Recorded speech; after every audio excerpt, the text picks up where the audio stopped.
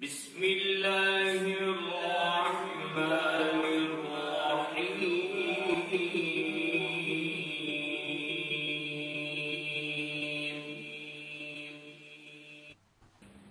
ماقبل میں واقعے فیل کو ذکر کیا اور اصحاب فیل کے واقعے کے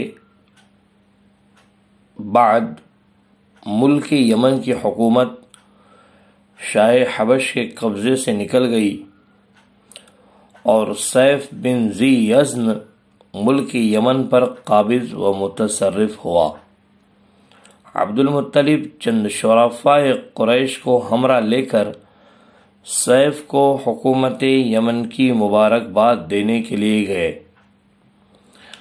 سیف بن ذی یزن نے اپنے علم و واقفیت کی بنا پر عبد المطلب کو خوشخبری سنائی کہ نبی آخر الزماں جس کا تمام ملک اور ہر قوم کو انتظار ہے تمہاری اولاد سے ہوگا۔ اس بات کی عام طور پر شہرت ہوئی۔ تمام شرکائے وفد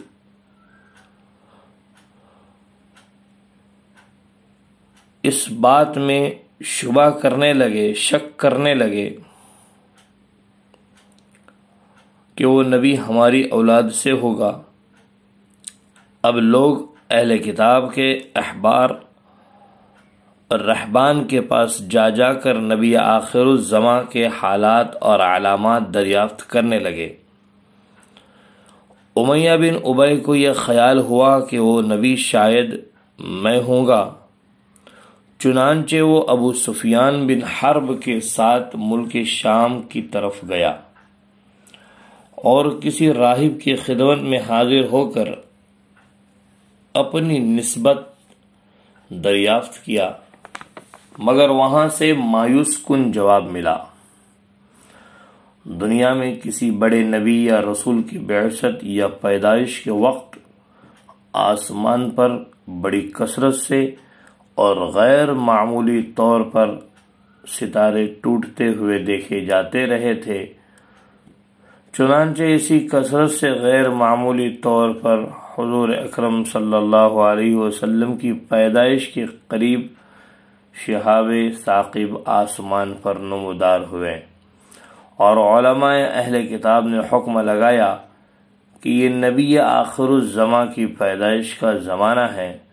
چنانچہ 9 ربیع الاول سنہ 1 عام الفیل مطابق 40 جلوس کسریٰ نوشروان مطابق 22 اپریل سن عیسوی 571 بروز دوشنبہ یعنی پیر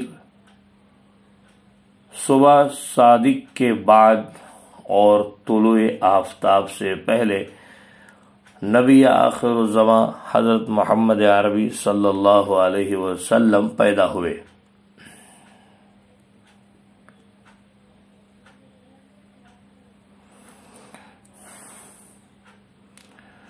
چاہے زمزم کا آپ نے نام سنائی ہے، زمزم کا کنواں یہ اصل حضرت اسماعیل علیہ السلام سے ہیں کہ جب وہ اور ان کی ماں حضرت حاجرہ علیہ السلام مکہ کے صحرا میں پیاس سے بےتاب ہوئے تو اللہ تعالی کے حکم سے وہاں پانی کا چشمہ نمودار ہوا۔ حضرت حاجرہ علیہ السلام نے اس پانی کو چاروں طرف سے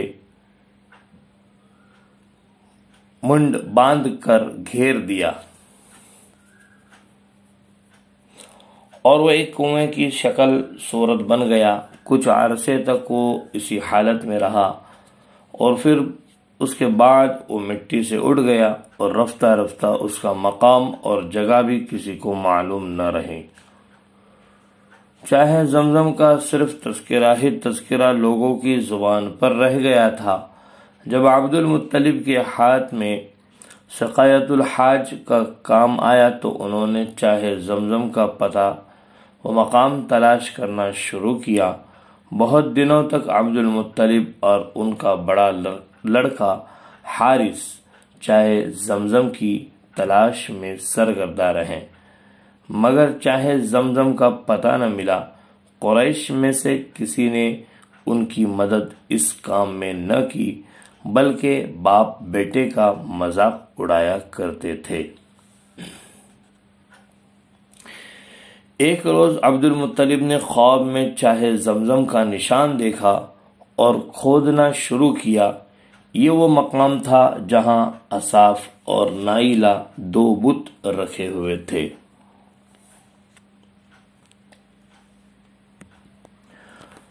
قریش مانے ہوئے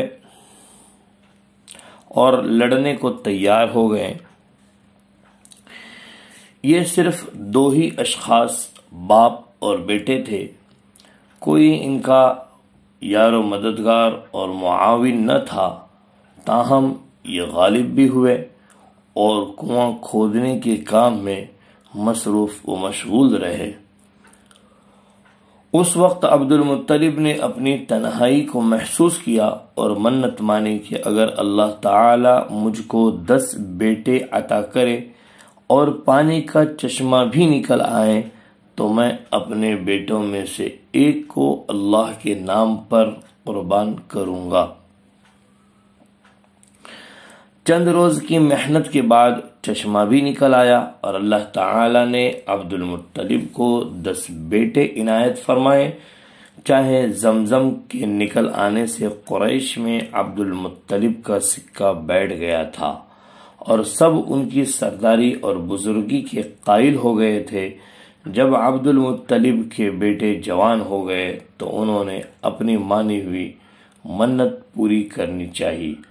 سب بیٹوں کو لے کر کعبے میں گئے، حبل کے سامنے قرآن اندازی کی۔ اتفاق کی بات کہ قرآن کا تیر سب سے چھوٹے بیٹے عبداللہ کے نام نکلا، جو عبد المطلب کو سب سے زیادہ عزیز تھا۔ عبد المطلب چونکہ اپنی نظر کو پورا کرنا چاہتے تھے، فوراً عبداللہ کو ہمراہ لے کر قربان گاہ کی طرف چلے۔ عبداللہ کے تمام بھائیوں، بہنوں اور قریش کے سرداروں نے عبد المطلب کو اس حرکت یعنی عبداللہ کے ذبح کرنے سے باز رکھنا چاہا، مگر عبد المطلب نہ مانے۔ آخر بڑی رد و قد کے بعد یہ معاملہ سجع نامی کاہنہ کی طرف رجوع کیا گیا۔ اس نے کہا کہ تمہارے یہاں ایک آدمی کا خون بہا 10 اونٹ ہیں، پس تم ایک طرف 10 اونٹوں کو ذبح کرو اور قرعہ عبداللہ کے نام پر آئے تو 10 اونٹ اور بڑھا کر 20 اونٹ عبداللہ کے بالمقابل رکھو اور پھر قرعہ ڈالو۔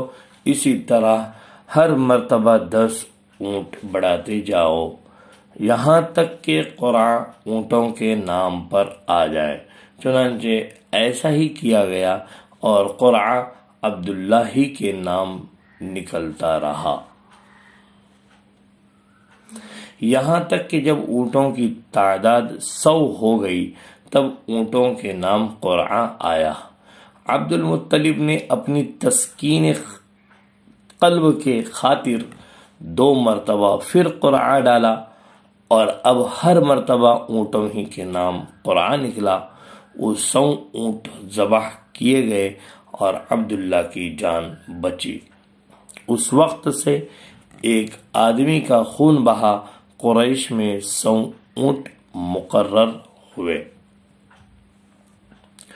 عبد المطلب کے کل 13 بیٹے اور 6 بیٹیاں پیدا ہوئی، جن کا شجر نسب یہاں اسکرین پہ ہم آپ کو دکھلا رہے ہیں۔ یہ کچھ باتیں ہم نے آپ کے سامنے رکھی ہیں حضور اکرم صلی اللہ علیہ وسلم کی بعثت اور پیدائش سے پہلے کی بھی اس میں باتیں آ گئی ہیں، تو آپ سے گزارش ہے آپ اسے سنیں، لوگوں تک پہنچائیں۔